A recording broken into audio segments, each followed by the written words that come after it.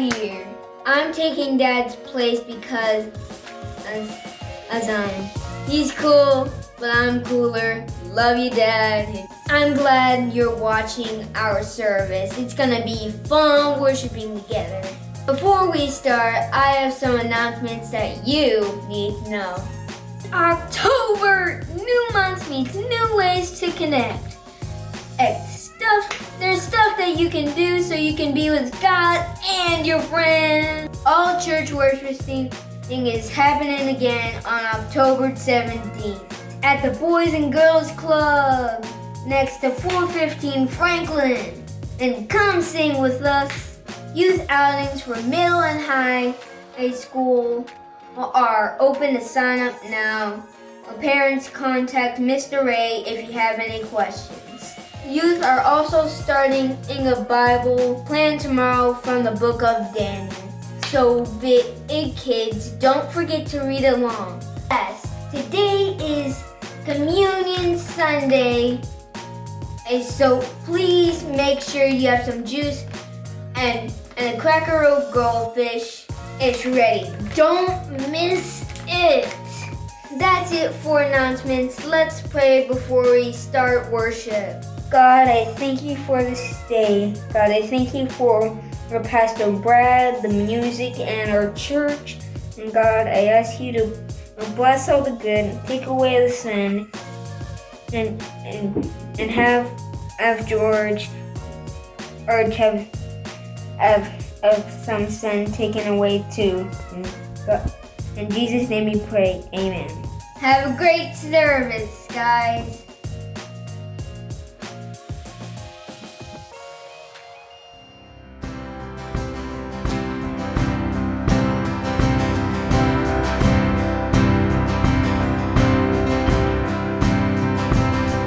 I raise a hallelujah in the presence of my enemies. I raise a hallelujah louder than the unbelief. I raise a hallelujah. My weapon is a melody. I raise a hallelujah. Heaven comes to fight for me. I'm gonna sing in the middle of the storm. Louder and louder, we're gonna hear my praises roar. Up from the ashes, hope will arise. Death is defeated, the King is alive. I raise a hallelujah With everything inside of me, I raise a hallelujah. I will watch the darkness flee. I raise a hallelujah in the middle of the mystery. I raise a hallelujah. Fear you lost a hold on me. I'm gonna sing In the middle of the storm, louder and louder, you're gonna hear my praises roar. Up from the ashes, hope will arise. Death is defeated, the King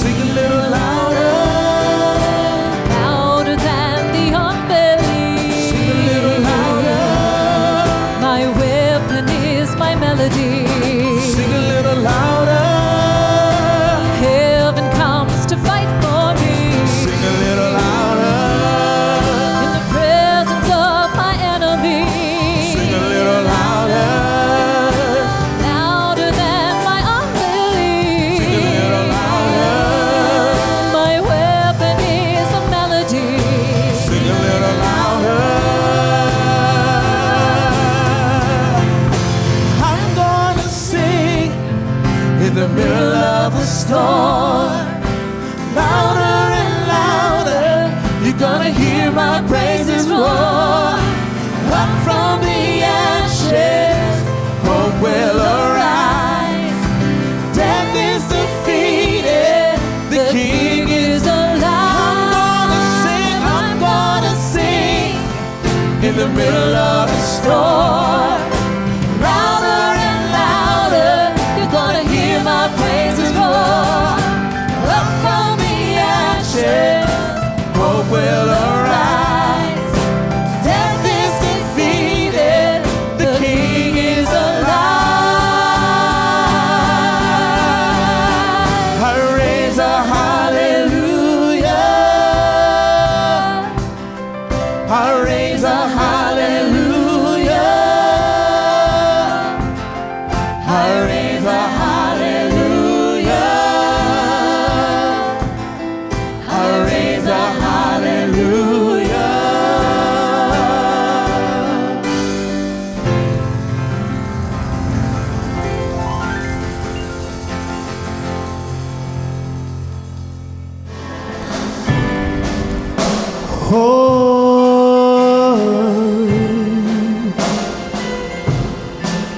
I worship you, Jesus, our King, our Lord. Hey.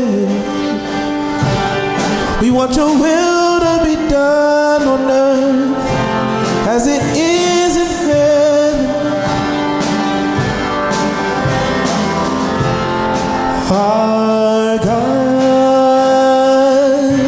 who art in heaven, hallowed be your holy name. Give us today our daily bread. Forgive us, Lord, as we forgive. So let your kingdom come. Let your will on earth as it is in heaven. Let your glory shining like the sun. Your kingdom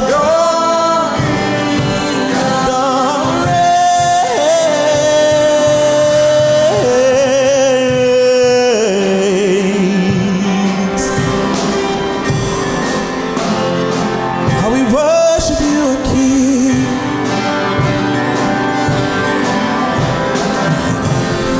Lead us not into temptation, deliver us from the evil one. Remind our hearts that you're always with us, and we shall never be afraid.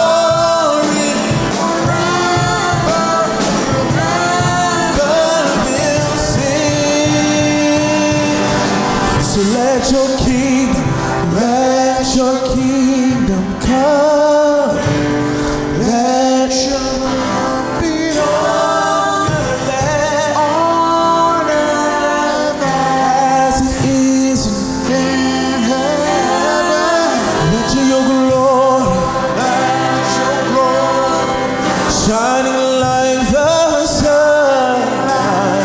Your kingdom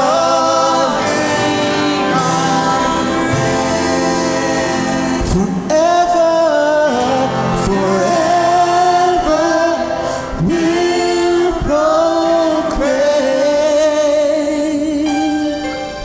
that forever your kingdom reigns. For thine is the kingdom, the power and the glory, forever and ever will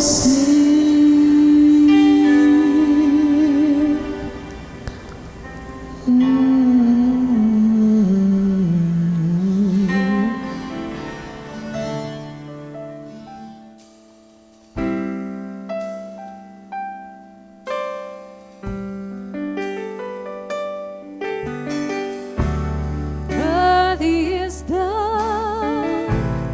Lamb who was slain. Holy, holy is He.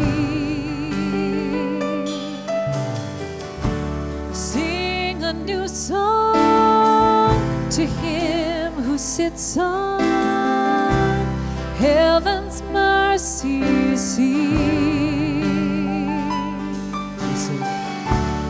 Worthy is the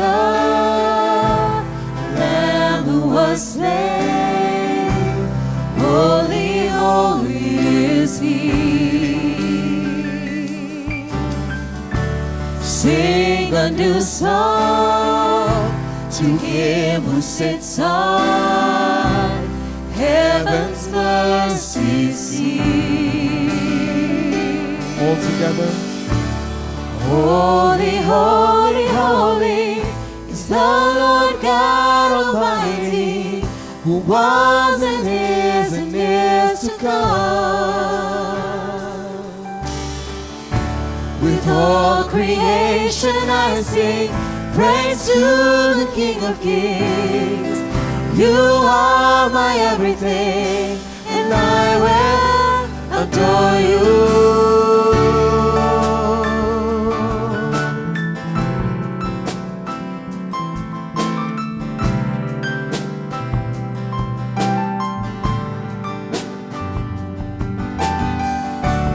Golden rainbows of living colors, flashes of lightning, rolls of thunder. Blessing and honor, strength and glory and power be to you, the only wise King. Yeah. Holy, holy, holy is the Lord God Almighty, who was and is to come. With all creation I sing praise to the King of Kings. You are my everything, and I will adore you.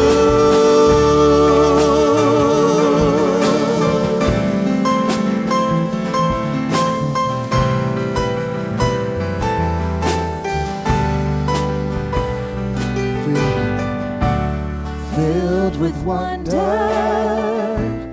awestruck wonder, at the mention of your name. We're filled with wonder, Filled with wonder, awestruck wonder, awestruck wonder, at the mention of your name. Jesus, your name is power, breath and living water, such a marvelous mystery. Yeah. Holy, holy, holy is the Lord God Almighty, who was and is to come. With all creation I sing praise to the King of Kings. You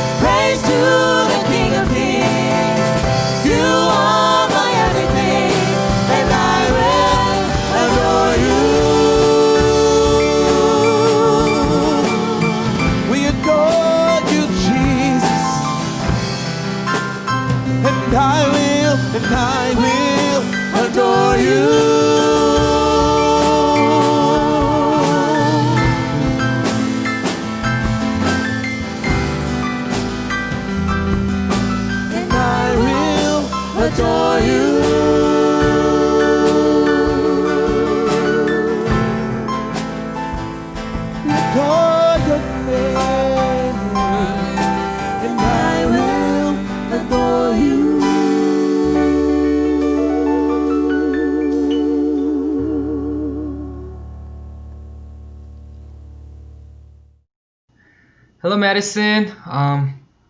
We sincerely hope you're doing well. Continue to stay safe and healthy. This time, me and my wife would like to pray for you. And we're going to pray reading Psalm 25 in ESV version. Let's pray all together. To you, Lord, I lift up my soul. O my God, in you I trust. Let me not be put to shame. Let not my enemies exult over me. Indeed, none who wait for you shall be put to shame. They shall be ashamed who are wantonly treacherous. Make me to know your ways, O Lord. Teach me your paths. Lead me in your truth and teach me. For you are the God of my salvation. For you I wait all the day long. Remember your mercy, O Lord, and your steadfast love, for they have been from of old. Remember not the sins of my youth, or my transgressions. According to your steadfast love, remember me, for the sake of your goodness, O Lord. Good and upright is the Lord. Therefore he instructs sinners in the way. He leads the humble in what is right, and teaches the humble his way. All the paths of the Lord are steadfast love and faithfulness, for those who keep his covenant and his testimonies. For your name's sake, O Lord, pardon my guilt, for it is great. Who is the man who fears the Lord? Him will he instruct in the way that he should choose. His soul shall abide in well-being, and his offspring shall inherit the land. The friendship of the Lord is for those who fear him, and he makes known to them his covenant. My eyes are ever toward the Lord, for he will pluck my feet out of the net. Turn to me and be gracious to me, for I am lonely and afflicted. The troubles of my heart are enlarged. Bring me out of my distresses. Consider my affliction and my trouble, and forgive all my sins. Consider how many are my foes, and with what violent hatred they hate me. O guard my soul and deliver me. Let me not be put to shame, for I take refuge in you. May integrity and uprightness preserve me, for I wait for you. Redeem Israel, O God, out of all his troubles. Amen. Thank you so much, Brother Hoon, for leading us in a time of prayer, collectively unified together as one. We want to continue to worship the Lord today through our tithes and our offerings. We are a tithing church, which means we love to give God's way. And we believe that giving is an act of worship. So let's continue to worship the Lord together. And you can pursue online giving at this time in the link below. And again, thank you for everyone continuing to partner with us in sharing, spreading the gospel of Jesus Christ through the life of the local church. We love you. We are so grateful for you. And we count it a great honor and joy to be in community with you, to see the Word of God come alive wherever we may be at. If you missed it earlier on at the beginning of service, we want to make just a little bit of space right now in preparation for today's message. At the end of today's sermon, we will be receiving communion. So please, as the disciples, the first church would, they would draw on what was available to them. So take a moment and please prepare communion elements.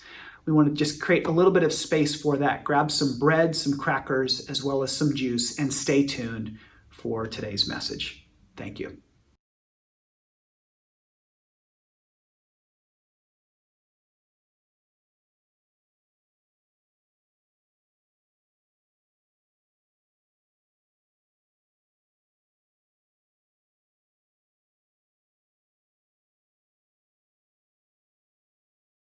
Good morning, everyone, and welcome to this morning's worship and the word. We're continuing on in our sermon series this morning called Resilient Faith, Gospel Hope, found in the book of Daniel. And to get at today's passage, I want to simply ask this question. If you're in K through 8 right now, I want to ask you, what is it like to be in school right now? but as well for those of you who are outside of kindergarten to 8th grade, what was school like for you back then during that period of time? You might have to pull back some cobwebs, think about your friends, maybe pimples, the figuring out of life. And I don't want to stress you out with any of the topics or the homework. I simply want you to reflect on everything that was around school, everything that happened between homework. During these years, early on in school, we discover something crucial about how the world operates. We don't learn it doing homework. We learn it on the playground, the sports we play, the clubs we're in, during recess time. We learn of something simply called the school of popular. The athlete has it. We cheer for the athlete because they got prowess, they have power. We adore beautiful people. We're mesmerized by people who have followings, either in person or online, someone who has lots of likes, online coolness, the ones who tell us what clothes and shoes are cool and acceptable and what apps to be in on. These influencers, here's what happens. These influencers have something. They have power. And already at a young age, we're indoctrinated in the school of what's popular to venerate others for what they do, for what they say, and for how they look. And almost immediately we learn that the people in the school of popular, what they do is they move the world. However, the people who succeed most in this school acquire popularity and they set in motion deep-seated pressure to follow what is attractive and what is powerful. Soon we're going to read the Bible and we're going to read a story of 3 men. And these men, they come from a different school that's right down the block. And it's called the School of Faith. In this school, what is taught is rock solid, radical faith in God. And they learn from God. In this school, they learn radical faith in the trial, in the tests, in the tough situations. They learn it in the furnace. In this school, their test becomes their testimony. That's why my title this morning, for you this morning, is simply called Faith in the Furnace. And so faith in the furnace, where it is mostly grown, is in the school of faith. And God is the one who is in charge. He is the principal of the school. He is the one who runs things. And so as you see this incredible story unfold, what impressions do you see? What are the differences do you see between what is popular and what is of faith? What is of the pressure that's around them and what is taking a stand for following God no matter what the cost? Because these 3 guys are going to face some serious pressure. And so let's walk through this, receive from the Holy Spirit, and then apply this to our lives today. Hear the word of the Lord from Daniel 3. King Nebuchadnezzar made an image of gold 60 cubits high and 6 cubits wide, and he set it up on the plain of Dura in the province of Babylon. He then summoned the satraps, the prefects, the governors, the advisors, treasurers, judges, magistrates, and all the other provincial officials to come to the dedication of the image that he had set up. So, the satraps, prefects, governors, advisors, treasurers, judges, magistrates, and all the other provincial officials assembled for the dedication of the image that King Nebuchadnezzar had set up, and they all stood before it. Then the herald loudly proclaimed, "Nations and peoples of every language, this is what you are commanded to do. As soon as you hear the sound of the horn, flute, zither," not sure what that is, but I'm sure it's an instrument, a lyre, harp, pipe, and all kinds of music, once you hear this, you must fall down and worship the image of gold that King Nebuchadnezzar had set up. Whoever does not fall down and worship, follow this, will immediately be thrown into a blazing furnace. Therefore, as soon as they heard the sound of the horn, flute, zither, lyre, harp, and all kinds of music, all the nations and peoples of every language fell down and worshiped the image of gold that King Nebuchadnezzar had set up.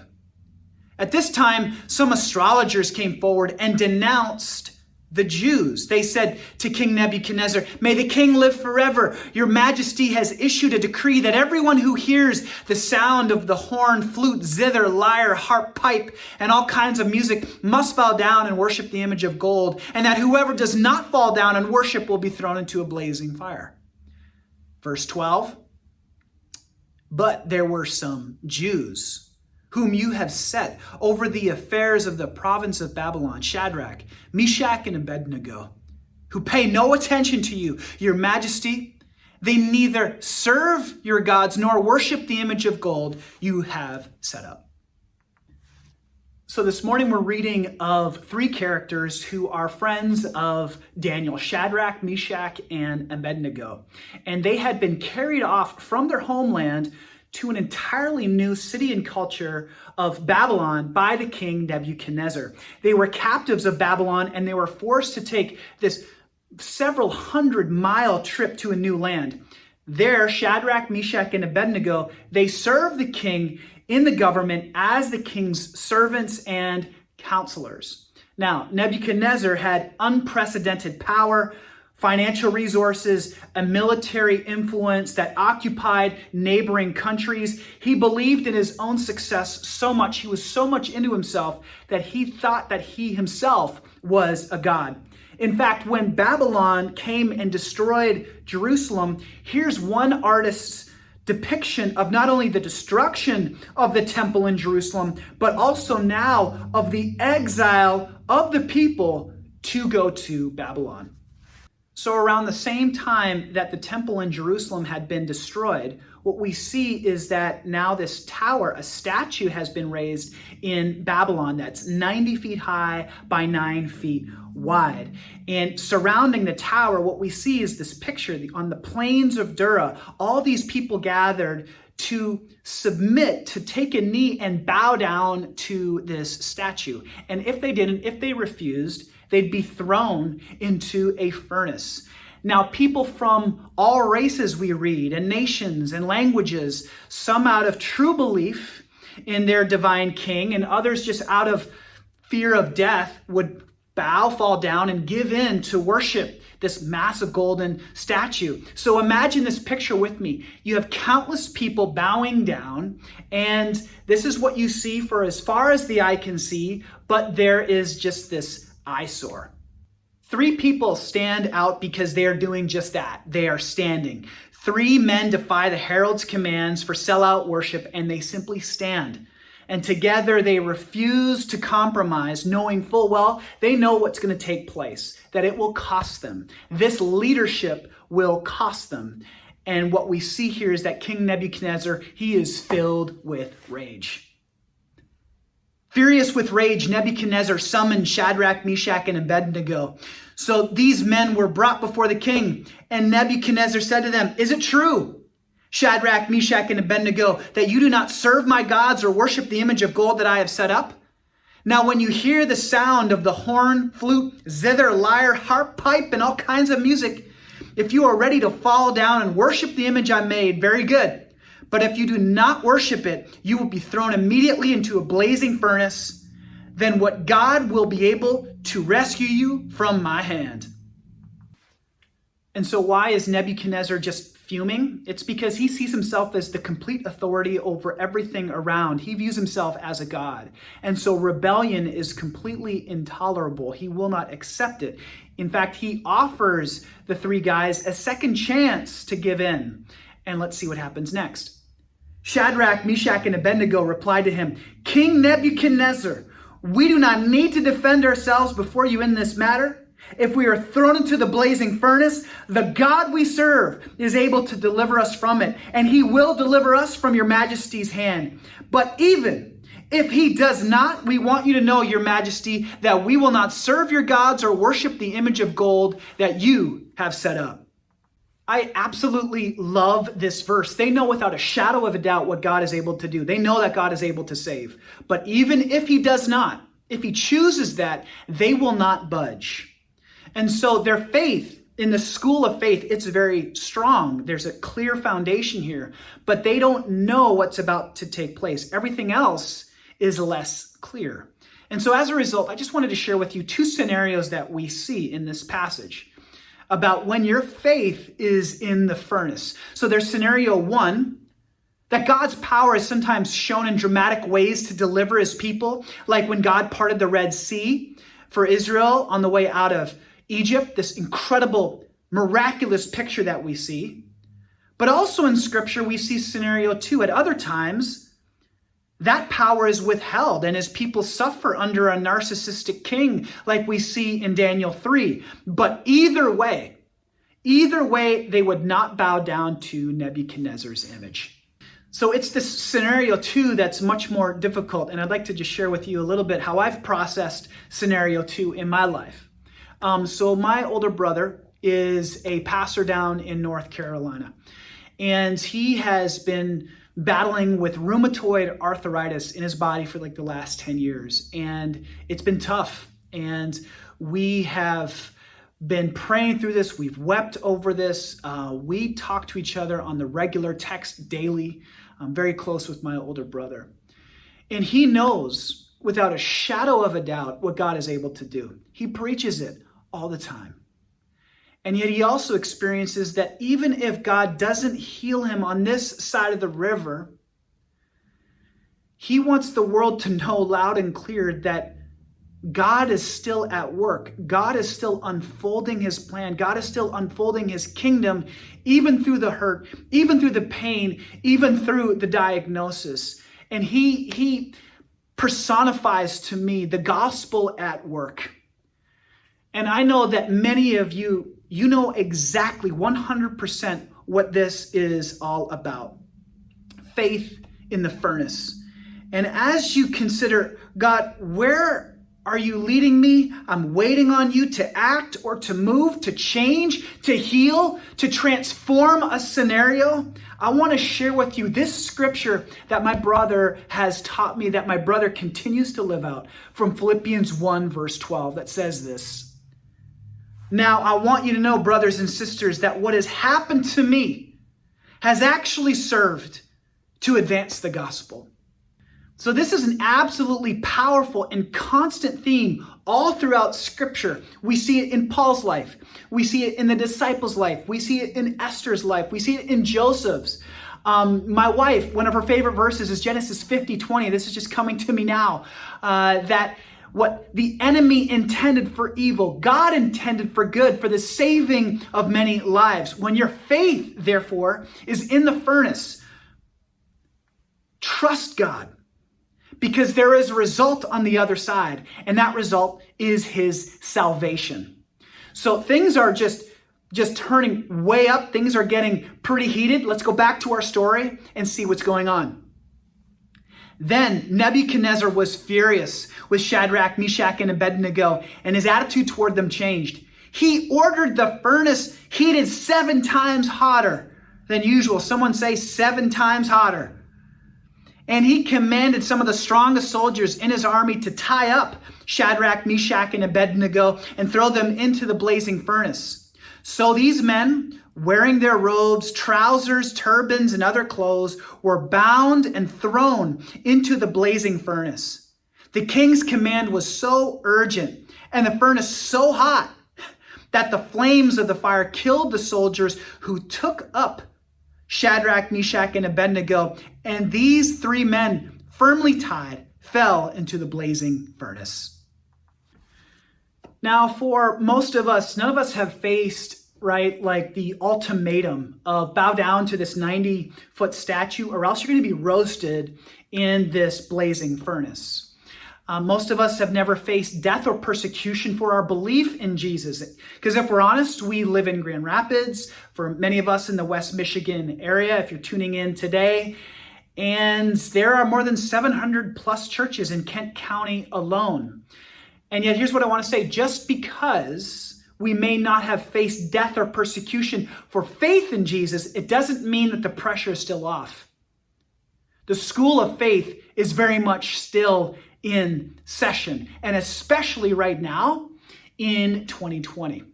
In fact, here's how I'd like to just break this down for you today. That I believe that there are 3 towers of pressure that we are facing in this season. Obviously, it is the tower of COVID. And I've seen a lot of graphs like you ever since March, these graphs of infection rates. I've learned many different words that I've never known before. I'm going to need your grace pronouncing this one. Hydroxychloroquine. I'm probably butchering it, but that's been all over the news for the last while. I've heard the word unprecedented probably one too many times. And if you're tired of hearing that word as well, raise a hand. I've learned a lot, like you, about executive orders, right? These are real outcomes that impact so much of life. Everyone as well, from education to business, is figuring out how to navigate it all. Another tower of pressure is politics today. It's an election year, right? And everything is heightened right now. And anywhere you drive, from across the city to across the state, signs are everywhere. And as a result as well, debates are commonplace. From online and in person, among friends and family, at home as well. And tower number 3, injustice, and wanting to see this tower fall.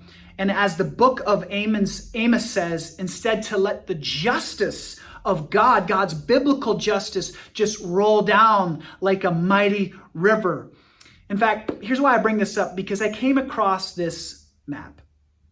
This is from the first week of June, showing George Floyd protests in 2,000 cities and towns in over 60 countries. This image is just of the U.S.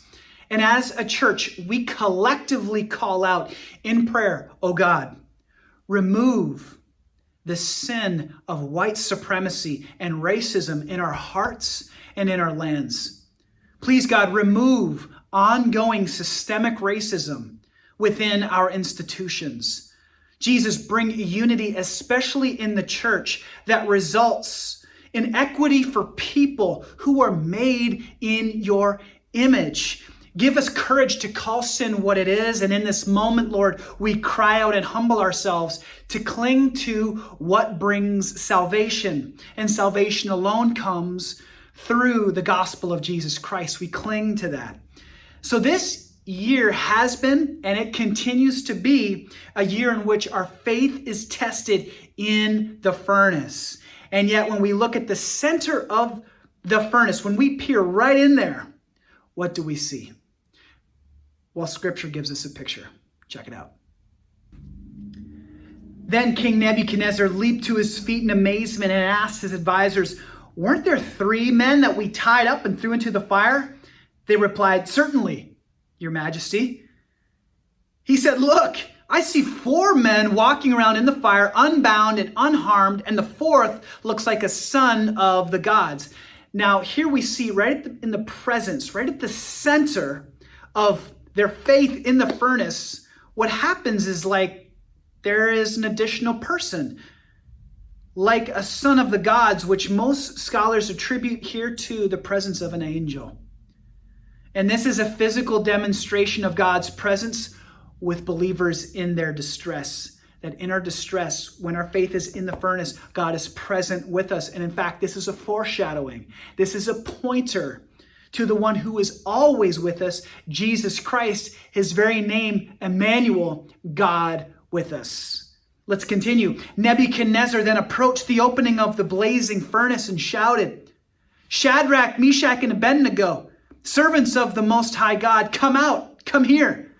So Shadrach, Meshach, and Abednego came out of the fire, and the satraps, prefects, governors, and royal advisors crowded around them. They saw that the fire had not harmed their bodies, nor was a hair of their heads singed. Their robes were not scorched, and there was no smell of fire on them. So before they were thrown into the furnace, right, they said, we are putting deliverance in God's hands. That no matter what deliverance looks like, this is God's thing. Now, notice God doesn't deliver them from the fire. They're in the fire. They're in the middle of it. But what happens is that God protects them in the midst of the fire, and their lives are completely safe. Nothing about their lives is singed from the fire. And as a result, Nebuchadnezzar, his heart is just transformed. He has a conversion experience. He becomes a believer in the true God of salvation. And he says this: "Praise be to the God of Shadrach, Meshach, and Abednego, who has sent his angel and rescued his servants. They trusted in him and defied the king's command and were willing to give up their lives rather than serve or worship any God except their own God." Daniel 3 is a powerful, life-changing, confidence-boosting scripture for us to apply right now in 2020. And let me leave you with two applications based on today's passage. Number one, believe in Jesus Christ and keep the faith. Do not waver. Hold to it. Protect it. Keep the faith. And this is a constant theme throughout Scripture, where we're often told that if you wholeheartedly believe in Jesus Christ, expect the furnace. Expect the furnace of persecution. Expect the fire, as well as for your faith to be refined, even in and through that process. I love what the Message version says by way of Philippians 1 regarding this very theme. Hear this. "Meanwhile, live in such a way that you are a credit to the message of Christ. Stand united, singular in vision, contending for people's trust in the message, the good news, not flinching or dodging in the slightest before the opposition. There's far more to this life than trusting in Christ. There's also suffering for him, and the suffering is as much a gift as the trusting." So for Paul, right, it wasn't a strange thing to suffer for Christ. It's a very constant thing within his life that you can read in the New Testament. And the same is true for the three friends that we see. They face persecution. Faith in the furnace is tested, and yet they know that God has their back. But it all starts with faith in the Lord. Jesus says, just come to me as you are and place your hope in me, your faith, your trust. Lay your lives before me. And so given this first application, believe in Jesus Christ and keep the faith. And have you done that? Have you given your life to believe in the salvation of Jesus? When Jesus comes onto the scene, the very first thing that he says is repent and believe the good news. Turn from our own selfish ways, my individual way, and turn to the cross. Turn to the gospel. Turn to the salvation of Jesus Christ. Accept, invite Jesus into your life, and everything changes from there. If you have not prayed that prayer of inviting Christ into your heart, believing in Jesus for the very first time, we want to pray with you, meet with you, connect with you. Please see the link below, and we want to see you grow as a disciple of Jesus in order to be disciple makers by sharing the hope found in Jesus Christ. So number one, believe in Christ and keep the faith. And number two, God is with you in the furnace of faith. He calls us to himself to remind us that he is with us in the trials, in the suffering, the persecution, the furnace. And friends, God is with us right now. In Christ, we have his presence to face the pressures before us. In Christ, we are empowered. We are given courage to stand. In Christ, we are given faith to be the light of Christ in our workplaces, our schools, our homes, our families, and our lives. So whether in Daniel 3 to now in 2020, Jesus meets us in the furnaces that we face. And he says, place your faith in me. Trust me, no matter what the scenario, I've got you. Because Jesus did this right before the fiery furnace of the cross that he faced, where he placed his trust in his God, where he said, Father, not my will be done, but yours be done. Jesus faced the ultimate persecution and shows us that even in the darkest hour, we will not be alone. And we celebrate this. We remember this by way of the gospel made real for us to experience tangibly for what he has done for us. And we experience that through the sacrament of communion, where we receive God's grace wherever we may be at, unified together as one. That when Jesus was with his disciples, and it was a fiery ordeal the night before that he would give his life for the world, he was betrayed. And he was with his disciples in an upper room. And he wanted everyone to know, the world to know, what he would do for us all. And he drew on what was available, and he took the bread and he broke it. And he said, "This is my body. Take, eat, remember and believe that in me, your sins are forgiven." And so wherever you are at right now, take and receive the body of Jesus given for you.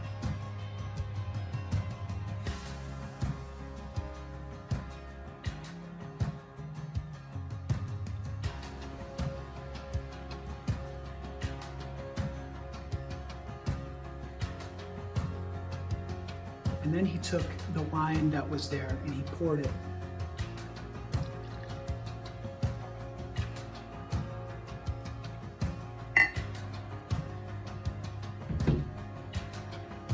And he said, "This is my blood. Take and receive and believe that my sacrifice for you washes you of all sin, past, present, and future." The blood of Jesus shed for us as complete forgiveness of sin. Take and receive.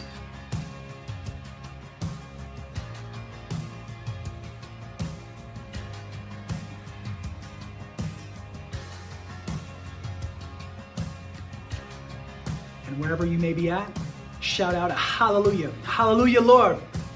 We praise your name. And I want to just invite you to pray with me. And I want to pray through the song that we sung in worship today that keeps us grounded no matter what we may face. Resilient faith in the Lord. The song, Raise a Hallelujah. Let me just speak this over you as a prayer right now. We raise a hallelujah, Lord, in the presence of our enemies. We raise a hallelujah louder than the unbelief. We raise a hallelujah. Our weapon is a melody. We raise a hallelujah. Our weapon is a melody. We raise a hallelujah. Heaven comes to fight for us. We're going to sing in the middle of the storm. Louder and louder, you're going to hear our praises roar. Up from the ashes, hope will arise. Death is defeated. The King is alive. We raise a hallelujah with everything inside of us. We raise a hallelujah. We will watch the darkness flee. We raise a hallelujah in the midst of the mystery. We raise a hallelujah. Fear, you lost your hold on us. Up from the ashes, hope will arise. Death is defeated. The King is alive. At this time, I'm going to ask that you now stand to your feet to receive today's blessing. And as you do, just please make a few notes. If you are still interested in joining a house church, please see the link below. Also, please see the link below for what's happening in the month of October. We would love to see you and continue to connect in person as we seek the Spirit of God together as one. Please open your hands to receive today's blessing. God's blessing falls to us like rain. We just receive it. There's nothing that we do to deserve it. It just falls down to us like rain. The Lord bless you and keep you. The Lord turn his face to shine upon you. May this be a week where you are strengthened in your belief in Jesus Christ, and to keep the faith, and to know that God is with you, even in the furnace, that God is providing a way. He is making a way for your faith to be strengthened even in the furnace. Know that God loves you. Jesus Christ has given his life for you, and that the Holy Spirit is with you to guide you forward in the purposes of the kingdom of God, and to believe the gospel and to share it near and far. In the name of the Father, the Son, and the Holy Spirit. Amen, amen, and amen. Thank you so much, Franklin Campus. We love you. Can't wait to see you next week. God bless.